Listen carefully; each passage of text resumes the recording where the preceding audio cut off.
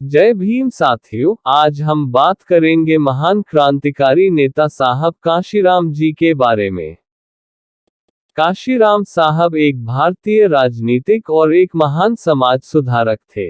उन्होंने भारतीय वर्ण व्यवस्था में बहुजनों के राजनीतिक एकीकरण तथा उत्थान के लिए कार्य किया।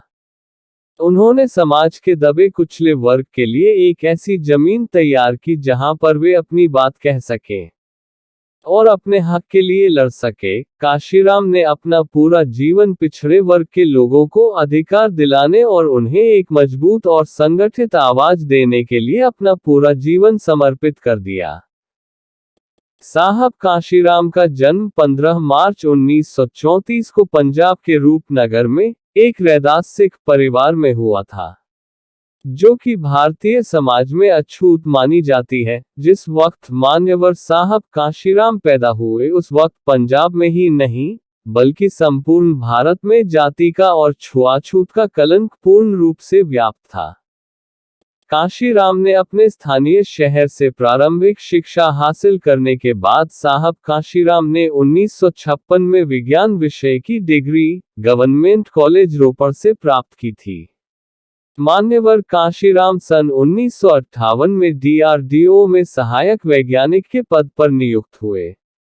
काशीराम वैज्ञानिक होते हुए भी जातिवाद और छुआछूत के कलंक ने साथ नहीं छोड़ा था।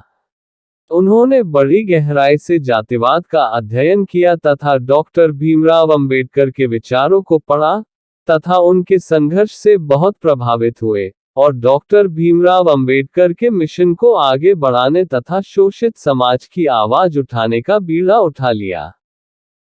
1965 में उन्होंने डॉक्टर भीमराव अंबेडकर के जन्मदिन पर सार्वजनिक अवकाश रद्द करने के विरोध में संघर्ष किया। इस घटना के बाद उन्होंने आजीवन बाबा साहेब के विचारों पर चलकर शोषित पीड़ित समाज के अधिकारों के लिए लड़ने का मन बना लिया।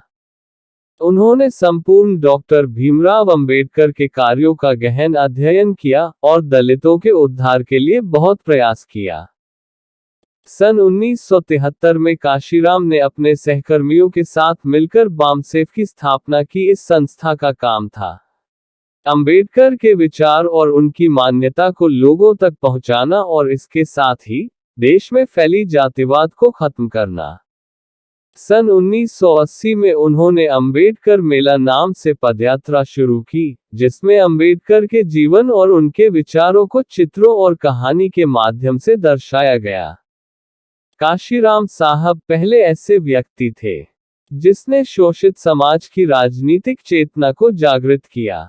बाबा साहेब अंबेडकर ने संविधान के माध्यम से शोषित समाज के लिए विकास के लिए बंद दरवाजे खोल दिए थे, लेकिन इस विकास रूपी दरवाजे के पार पहुंचाने का कार्य काशीराम जी ने किया था। इसके बाद काशीराम साहब ने 1981 में एक और सामाजिक संगठन बनाया, जिसे दलित शोषित समाज समिति के नाम से जाना जाता है। उन्होंने दलित वोट इकट्ठा करने की अपनी कोशिश शुरू की। सन 1982 में उन्होंने अपनी पुस्तक का चमचा युग लिखी, जिसमें उन्होंने कई दलित नेताओं के लिए चमचा शब्द का इस्तेमाल किया था।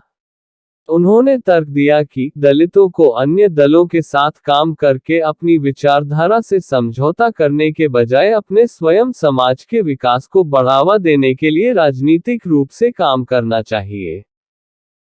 उन्होंने 1984 में बहुजन समाज पार्टी की स्थापना की। BSP के गठन के बाद काशीराम ने कहा कि उनकी बहुजन समाज पार्टी पहला चुनाव हारने के लिए, दूसरा चुनाव नजर में आने के लिए और तीसरा चुनाव जीतने के लिए लड़ेगी।